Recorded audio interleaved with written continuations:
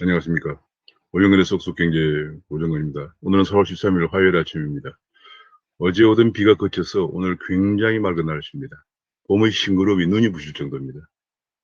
와이프가 같이 산책 나가자고 했는데 저는 지금 방송을 해야 하기 때문에 나중에 혼자 나가야겠습니다. 제가 오늘 아침 뉴스 해설을 시작하겠습니다.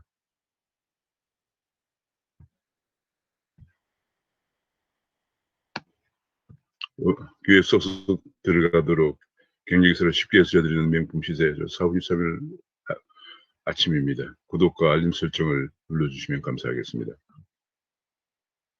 지금 코스닥이 드디어 천을 돌파했습니다.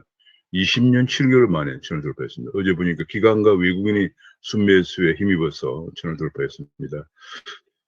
바이오가 끌고 2차 전지 게임 컨텐츠가 밀면서 올라갔다. 그런 얘기입니다. 지금 이제 2000년대 초에 그 당시에 김대중 대통령의 IT 사람 육성이라는 그런 것을 너무 과도하게 추진한 나머지 코스닥에 상장된 많은 기업들이 사실은 IT 기술에 알맹이가 없는 기업들이 많이 상장이 됐어요. 그렇게 되면서 나중에 알맹이가 없다는 게 밝혀지면서 전부 부실화되면서 어, 코스닥이 추락을 했습니다. 거의 뭐 계속 추락하면서 지금 이제 그 당시에 나중에 뭐 한 300까지 떨어졌습니다. 그러다 보니까 한 번 떨어진 그 코스닥이 신뢰를 회복하기가 그렇게 쉽지 않습니다. 그래서 20년 7개월 만에 드디어 오랜만에 그야말로 오랜 기간이 지난 끝에 고난 끝에 드디어 이제 코스닥 2천을 다시 돌파했습니다. 그것이 이제 그 2천을 돌파하면서 이번에 2000년 3월에 보궐의 정, 2003월에 보궐의 정점을 찍고 2003월 이후에 20년 7개월 만이다. 그런 얘기입니다. 대단한 거죠. 그래서 그러나 그때 1999년 말에 한참 버블일 때, 그 시총의 상위 회사들은 대개 뭐 프리텔, 한통, M닷컴 등등, 하나로통신 등 IT 기업들이 중심이 됐던 데 비해 지금은 1위에 코스닥 시총 1위에 셀트리온 헬스케어, 셀트리온 제약 등등, 카카오 게임즈, 뭐 CJ, ENM 등등 바이오와 게임,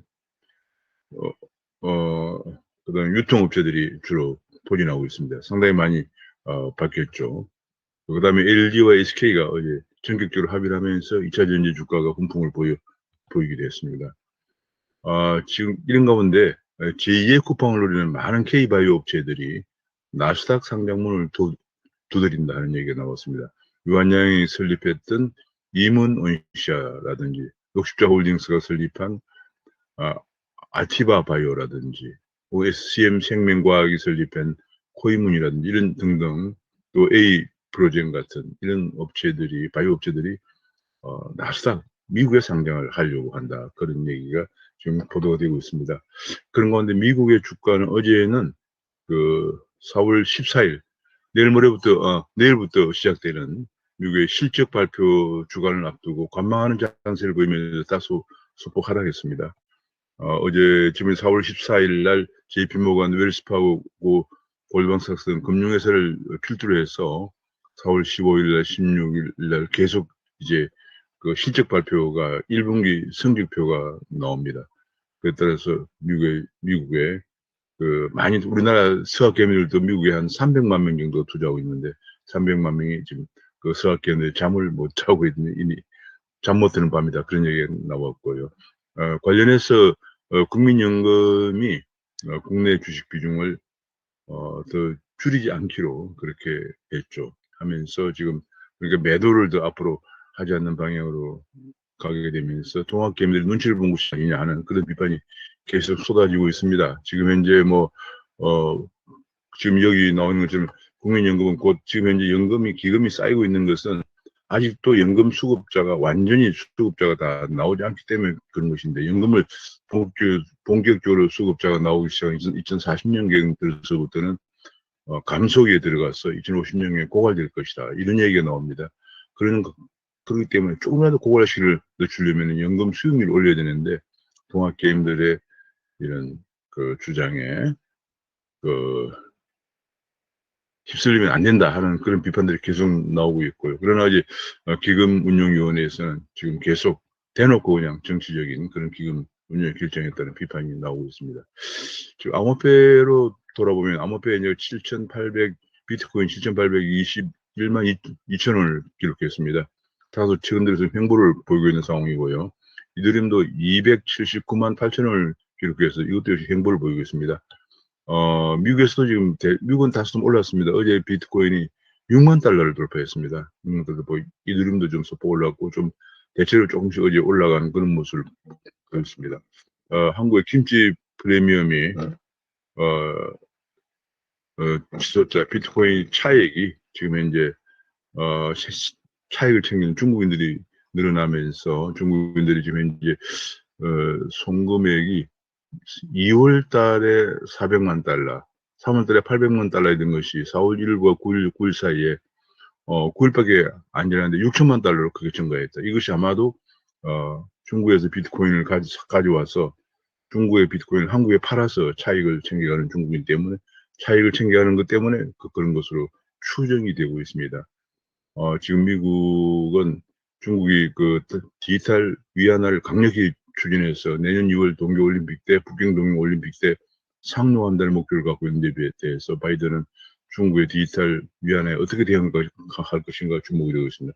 현재 아날로그 법정 통화인 경우에는 거래 비중은 중국이 위안화가 2.4%, 위안 보유의 비중도 2.3%로 아직은 중국의 역할이 미미합니다. 그래서 그것 때문에 중국은 더욱더 CBDC, 중앙은행 디지털 통화에 더 매진하고 있는 그런 상황인데, 앞으로 디지털 통화 시대에 중국과 미국이 다시 한번 한판 붙을 그런 전망입니다. 지금 코로나 쪽으로 넘어가 보면, 코로나가 지금 현재 국민들은 지금 4차 대유행을 앞두고 4차 대유행 경고 계속 나오고 있는데 국민들이 굉장히 불안하다. 그런 속에서 어제 대통령 방역 대책회의를 청와대에서 열고 많은 나라가, 한국은 지금 뭐 거의 백신 확보 접종률 면에서 100위권 밖으로 떨어져 있죠. 그런데 이렇게 얘기했습니다. 많은 나라가 백신 어려움을 겪고 있고, 우리도 다방면으로 노력하고 수급 불확실성의 노력으로 수급 불확실성이 현저히 낮아졌다. 뭐 이런 자화자찬을 했습니다. 지금 제가 보기에는 백신 확보에 대해서는 문 대통령이 직접 국민에게 사과를 해야 될 그런 상황인데, 오히려 수급 불확실성이 굉장히 낮아졌다. 이런 얘기를 하면서 지금 언론에서 난리 났습니다. 뭐 대통령의 현실과 동떨어진 상황 인식이 도대체 어디서 나오느냐. 국정 기조의 변화도 없고 인적 쇄신도 없고 이런 자화자찬만 계속하는 것이 뭐 달라진 게 없다. 청와대 지금 제정신인가?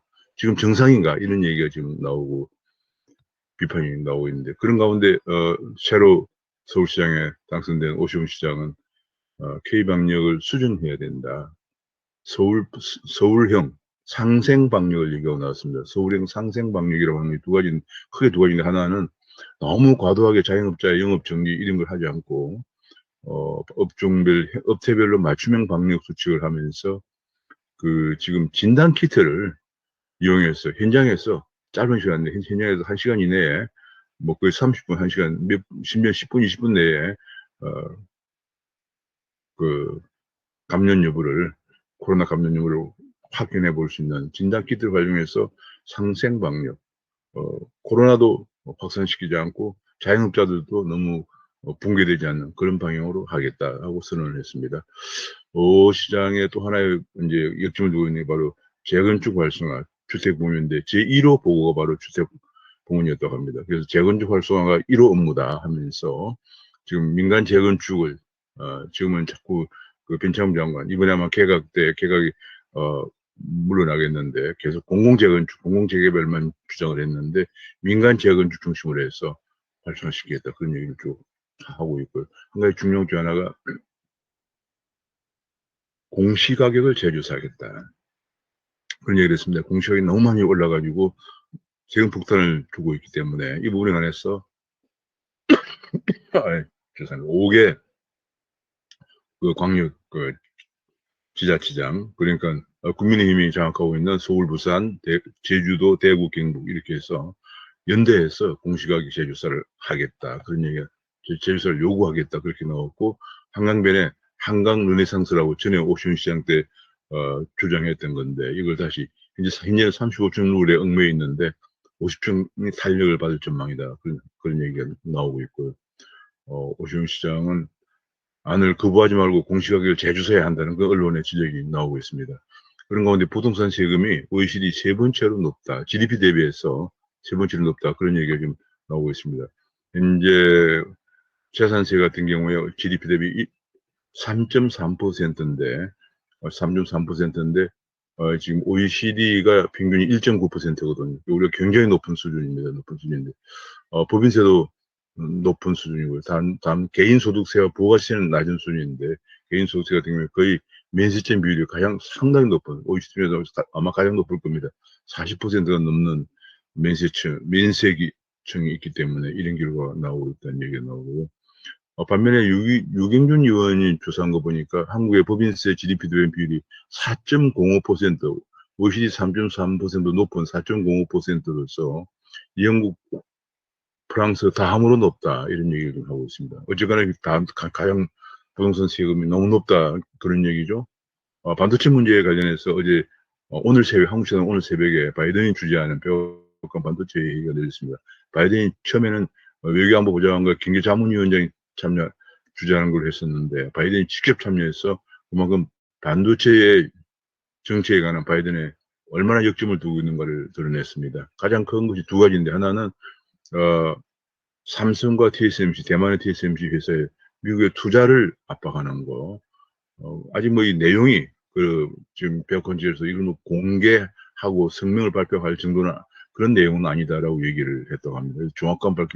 정확한 내용은 밝히지 않고 있지만은 삼성과 TSMC 투자를 압박을 하면서 동시에 중국에 대해서 핵심 반도체 장비 수출을 금지하는 그런 쪽으로 지금 가닥을 잡고 있는 것 같습니다. 상당히 우리나라가 중국 시장을 많이 중요하게 생각하고 중국 공장도 삼성이나 SK 공장이 나가 있는 한국 입장에서 굉장히 어려운 상황입니다.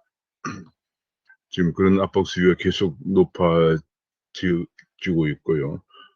심지어는 NSC 국가안보위원회 인사가 총출동했다고 합니다. 그만큼 반도체는 안보에 중요하기 때문에 삼성으로 하여금 같이 동맹에 참여하도록 압박을 가했다. 그런 얘기가 나오고 있습니다. 삼성이 계획하고 있는 20조 투자를 앞당겨 투자를 해야 될 그런 상황인데요. 미국은 그에 대해서 반도체 투자에 대해서 최대 세액 공제를 40%까지 제공하고 또 이미 통과된 칩스 투 아메리카 액트를 통해서 보조금 100억 달러를 지금 준비하고 있고 그다음에 또 아메리칸 파운드리 액트가 논의가 되고 있는데 여기에도 연방 보조금 150달러가 논의가 되고 있습니다. 그래서 금융 지원과 세제 지원을 동시에 하겠다 그런 얘기를 하면서 지금 문제는 그것이 하면서 중국의 반도체를 끊기 위해서 핵심 반도체 장비를 수출 금지하는 그러면 우리나라가처럼 장비를 수출해서 중국에서 조립하는 그런 우리나라의 입장에서 굉장히 타격을 받을 수가 있는데요. 미국의 안보회의 산하에 인공지능위원회에서 EUB라고 그래서 EUB가 이제 반도체에 들어가는 핵심 장비죠.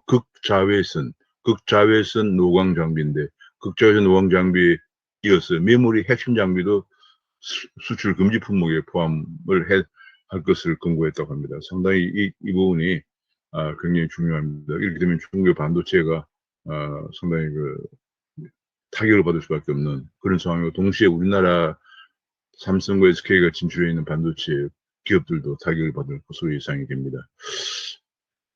그런 것은 반중 반도체 동맹을 결집하는 것이 포석인데 한국은 G2 사회, 중국과 미중 G2 사회에서 샌드위치로서 굉장히 고민이 깊어지고 있다. 그런 얘기고요. 지금 현재 그런 가운데 삼성전자는 한국에서 반도체 인력이 부족해서 해외에서 공격적인 수혜를 받고 있다.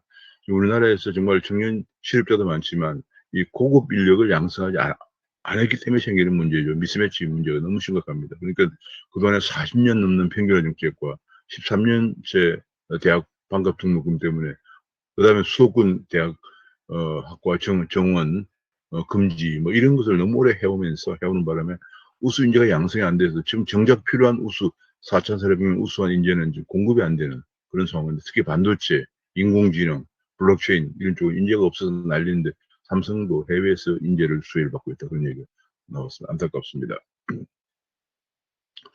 차량용 반도체 공급이 안 돼서 38주 정도 기다려야 되는 상황이 생겼고요. 한국 반도체는 차량용 반도체는 98%를 해외 수입에 의존하고 있다, 그런 얘기고요.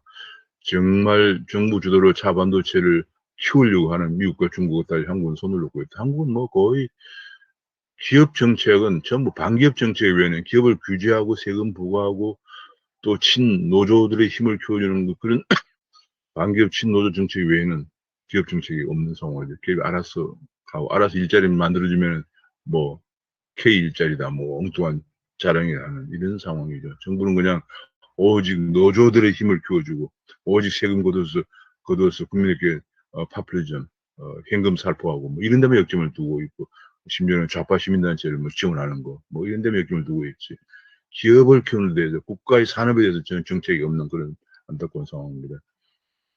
한국 반도체는 98%가 수입품이다.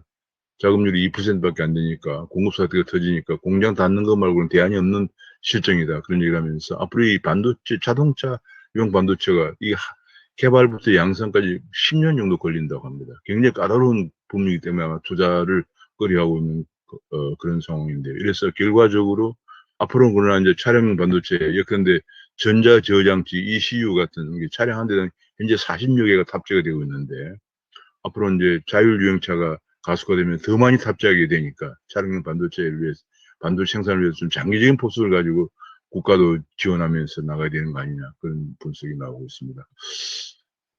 미국에서 이제 바이 아메리칸 중에 더 강력해지면서 이번에 배터리 LG와 SK 배터리 그러니까 US텔의 중개에서 타협을 봤는데, 이것도 결국은 타협을 봐서 미국에서 생산하도록 하기 위한 거거든요. 그래서 바이 아메리칸 중개에 더 강력해진다, 그런 얘기가 나오고 있고, 이번에 분쟁 합의를 계기로 LG와 SK는 K 배터리 초격차 기술로 앞서가야 된다, 그런 계기를 삼아야 된다, 그런 얘기고, 그러나 바이든과 중국의 시진핑은 이런 미래 산업의 전쟁을 하고 있는 속에서 우리나라 청와대는 조금 전에 말씀드린 전혀 보이지 않고 있다, 안타까운 모습이 나왔습니다. 지금 현재 배터리 반도체를 챙기는 미국에 대해서 전방위 동맹에 대해서 문 정부는 무질작으로 일궈나오고 있다. 당장 청와대에서 워룸이라고 해서 비상회의기구죠. 워룸이라도 당장 가동해야 될 그런 상황인데, 한국 기업들은 중국에 휘둘리고 미국에 휘둘리고 있는데 무군이 전혀 없는 안타까운 실정이다. 이러고 어떻게 양질 일자를 만들어낼까 하는 생각해 봐야 되겠습니다. 지금 IMF에서 나온 자료 보니까 한국의 나라비 증가 속도가 세계 1위다 하는 안타까운 그런 얘기가 나와 있고요. 그런 가운데 연금 충당 부채가 작년 말에 1,044조에 달하고 있습니다. 자동차 반면에 최근에 이제 경기 동향을 보면 자동차와 차량 수출 호조로 인해서, 그리고 작년에 코로나 때문에 수출이 안 되었던 그 기저 효과까지 이제 겹치면서 수출 증가가 6개월 동안 연속 증가세를 보이고 있다는 얘기고요. 반면에 실업자가 계속 증가하면서 실업수당이 수급자가 지난달에 76만 명을 역대 최대를 기록하면서 실업수당이 1조 1,800억 원에 나가서 작년에 고용보험기금이 작년 최소 6조 정도 적자가 났다. 근데 고용보험기금도 2, 3년 후면 고갈됩니다. 참이 큰 문제가 아니면 좋습니다. 지금 그런 가운데 구직수당을 지금 이제 6개월 동안 월 50만 원, 300만 원을 주는데 매월 입사 지원 클릭 2번만 하면은 300만 원을 주는데, 주는 이런 식으로 돈을 쓰고 있는 거죠. 금년에 45만 명에 대해서 이런 돈이 9,372억 원이 나간다고 하니까 정말 안타까운, 아니, 양질의 일자리를 만들어낼, 기업 규제를 완화해서 양질의 일자리를 만들어낼 그런 정책 기조전환 전혀 없고, 이렇게 돈 퍼주는 거, 세금 걷어도 돈 퍼주는 데만 역심을 두고 있는 거죠. 쿠팡의 후광 때문에 이번에 쿠팡은 이번에 미국의 상해에서 실탄을 많이 확보했는데, 이걸 힘을 이용해서 싱가포르에 진출해서 로켓 배송 싱가포르 진출로 동남아 시장을 노려서 알리바바와 격돌할 전망이다, 그런 얘기가 나와 있고요. 또 지금 한 가지 주목되는 주 하나가 동남아에 2012년에 설립된 말레이시아에서 동남아 우버라고 합니다.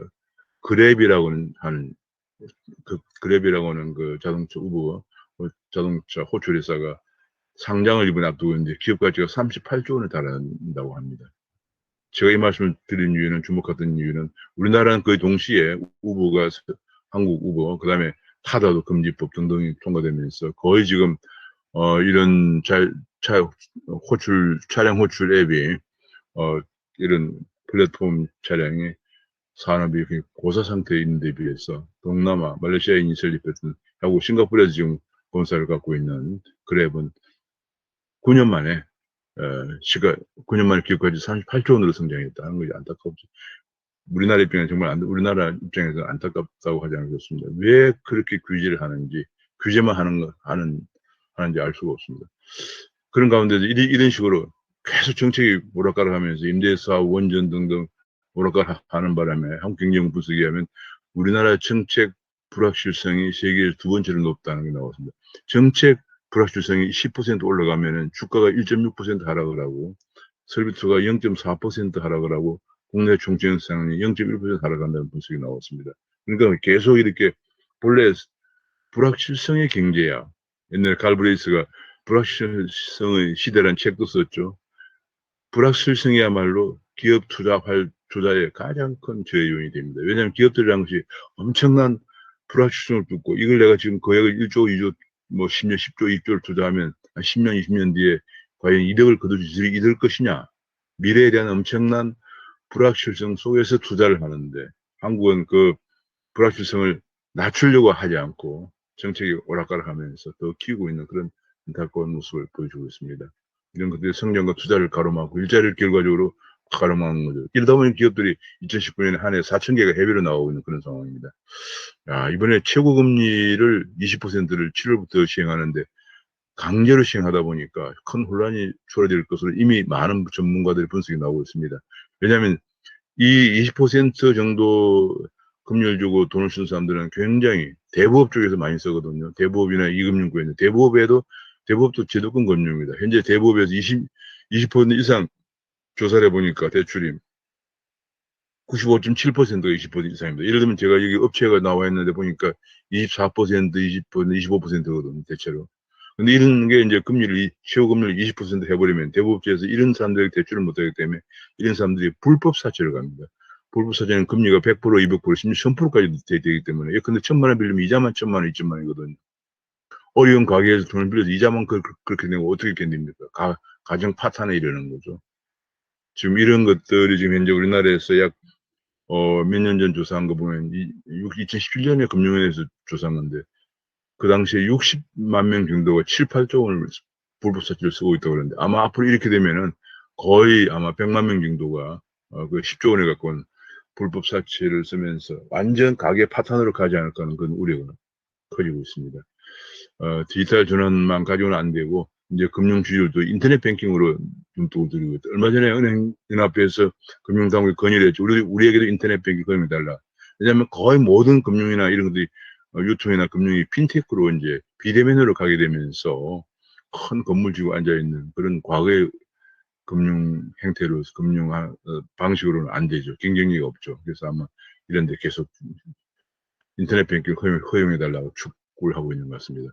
지금 우리나라에서 혁신학교라고 그래가지고, 혁신학교가 2009년에 13곳이었는데, 그동안에 각종 좌파 교육감들이 혁신학교를 추진하면서 지금 2165곳으로 늘어났는데, 여기에 대한 지원이 2009년에 26억에서 작년에 644억까지 늘어났다는 겁니다. 근데 혁신학교라는 게 한마디로 학력이 떨어지죠. 왜냐하면 계속 학생들의 그냥 자율성, 창의성을 키운다고 그래가지고 제대로 교과는 안 가르치고 좌파 이념만 가르치는 학교거든요. 지금 혁신학교 교재 같은 거 저도 한번 본 적이 있는데 정말 깜짝 놀랄 정도로 작용화되어 있습니다. 이런 것만 계속 하는데 예산을 644조나 쓰고 있는 학교가, 혁신학교가 2165곳이 된다는 정말 안타까운 보도가 나오고 있습니다. 게다가 중고등학교 정규 교과서에 노동교육을 포함시켜야 한다 하는 민노총 주장이 나와서 지금 인권 교육을 시킨다 해가지고 학생들에 대해서 학생 인권 조례 교육에 더불어서 노동교육까지 시키는 학생들을 또 아까 혁신학교는 좌파 이념 교육에다가 정말 우리나라에서 어린 자녀들을 공부시키기가 겁이 날 정도까지 가고 있는 것 같습니다. 이번에 그 서울, 부산, 보선 패배를 두고, 선거 다음날 라디오 방송에 출연했던, 여당 국회의원 2명이 정말 말도 안 되는 얘기를 했다고 그래요. 고가주택 소유자들의 그 강남 4구의 높은 투표에 대해서 고가주택 소유자들의 부동산에 대한 기대, 욕망, 세금 거부를 집단으로 표현한 이익 투표다. 이렇게 얘기했다고 그래요. 도대체 이게 투표를 꼭 욕망의 표현 외에는 뭐 다른 그 표현할 방법이 없나요? 정말 안타까운 그런 그 인식의 수준이라고 보여지고요. 그런 가운데 지난 박원순 시장의 그 5년간 시민단체 3,339곳에 7천억 원을 지원했다고 합니다. 이거 완전히 그냥 시민단체를 먹이 살린 거죠. 참, 이게 말이죠. 국민의 세금으로 시민단체를 먹이 살린 거죠. 이게 흑막이 밝혀져야 된다 하는 거, 기사가 나오고 있습니다. 당연히 밝혀져야죠. 어떻게 지원했는지, 국민의 세금을 어디에 썼는지, 국민의 알 권리가 있는 거죠. 그동안에 각종 시민단체들이 그전에는 뭐 헬 교수 맺히더니 그동안에 잠잠해 헬 교수 얘기가 쑥 갔다고 했더니 아마 이런 것이 아닌가 싶습니다. 딱 그러면서 선거의 패배에 대한 당의 실신론은 3일 천안으로 끝났다. 자성하는 것처럼 하면서, 초선 5명이 정말, 반성한다고 했더니, 여기다가 좌표를 찍으면서 쇄신을 거부한 친문 세력들, 한심하다는 기사가 나왔고, 그 초선들도 사흘 만에 다시 조국 얘기를 더 안 하기로 했다. 이 조국이나 어떤 상황인데 이 정도인지 모르겠습니다. 얼마 전에도 그 청와대 심지어 민정비서관이 조국 라인인 것 같아요. 민정비서관하고 검찰 인사를 두고 수석비서관이 대립됐는데 결국은 수석비서관이 물러났거든요. 이번에도 또 초선 5명이 더 이상 조국의 과거에 그런 것에 대해서 반성한다고 했다가 온갖 공세를 받고 결국은 더 이상 조국 얘기를 안 하기로 했다. 이런 얘기 나온 거 보니까 참 아직도 그 난리를 피고도 정말 개전의 반성과 성찰이 없는 것 같습니다. 선거 참패를 당하고도 촛불을 외치는 친문, 민심 난독증에 빠져있다. 그런 지적이 나와 있습니다. 나오고 있고요. 심지어는 조홍천 의원 같은 사람도 그 나물의 그 밥 갱선 이대로 가면 앉아서 죽는다 하는 그런 얘기까지 했다고 합니다. 친문 쪽에서는 반면에 촛불 명령을 신속히 이행해야 된다. 정말 끝이 없습니다. 그런 가운데 지금 울산 시장 선거 비리 조국 재판을 맡은 그다음에 최강욱 재판을 맡은 김미리 판사가 이례적으로 4년 동안 유임하면서 이걸 맡아왔는데 그래서 코드 재판 논란도 있었는데 돌연 이런 그 재판을 앞두고 돌연 ben가를 했다고 합니다. 지금 이게 무슨 일인지 도대체 알 수가 없는 뭐 몸이 아프면 당연히 ben가를 써야 되겠지만 이런 그 권력형 비리에 그 재판을 앞두고 돌연 ben가를 했다 이런 얘기도 크게 제기되었습니다. 한미 갈등으로 번지는 대북 전단법 청문회. 미국 의회에서 대북 전단 금지법에 대해서 북한의 인권을 외면한다고 해서 청문회를 하는 이런 상황까지 갔습니다. 한국이 지금 어쩌다가 미 의회에서 인권 청문회까지 등장이 됐느냐 하는 건데 여기에 대해서 외교부에도 자제를 촉구했는데 더 정말 어이가 없는 것은 이 문제가 아니라 정세현 민주평등수석 부의장은 내정 간섭이다. 또 이런 발언을 또 했다고 그래요. 정말 끝이 없습니다. 미국 일각에서는 중국 눈치만 보는 문정부와 할 게 많지 않다. 이런 얘기가 나오고 있다고 합니다. 그런 가운데 중국은, 6.25 전쟁이 미국의 침략 전쟁이다. 이런 얘기를 했다고 합니다. 황당한 역사의 곡이 계속되고 있는 그런 상황입니다. 아침에 제가 여러 가지 뉴스를 한번 같이 한번 살펴봤습니다. 지금 뭐 가장 큰 것이 지금 이제 그 국내적으로는 오션 시장의 그 상생 방역, 그다음에 민간 주도 주택 공급 이 부분이 이제 문재인 정부와 상충되면서 여러 가지 또 논란을 제기하고 있고 과연 이것이 가능한 것인가? 중앙정부 정책과 배치된 정책이 가능하냐 또 그런 얘기가 또 제기되고 있고요. 미국의 반도체 오늘 새벽에 끝난 미국의 백악관 바이든이 직접 주재한 반도체 회의 얘가 회의가 반도체 미국의 투자와 그다음에 중국에 대한 반도체 핵심 장비 수출 금지 이런 얘기가 나오면서 한국의 입지를 더 어렵게 하고 있는데 우리 문정부는 손을 놓고 있다. 전혀 대책이 없다. 국가 차원의 대책이 없다. 우리 경제를 이끌어가는 반도체 산업이 중국과 미국에 휘둘리고 있는데도 우리는 정부 차원에서 아무런 대책이 없는 안타까운 상황이다. 뭐 그런 얘기들이 나오고 있습니다. 나오고 있는 가운데 아직도 지금 정말 선거 끝난 지 며칠 되지 않았는데 뭐 그냥 사과합니다. 잘못 반성합니다 하고 머리를 숙이고 하는 것, 그 성찰은 반성은 3일 천하로 끝났다. 그런 얘기가 나오고요. 나오면서 좀 안타까운 오늘 더하고 있습니다. 오늘은 아침 시사회를 여기서 마치겠습니다. 감사합니다.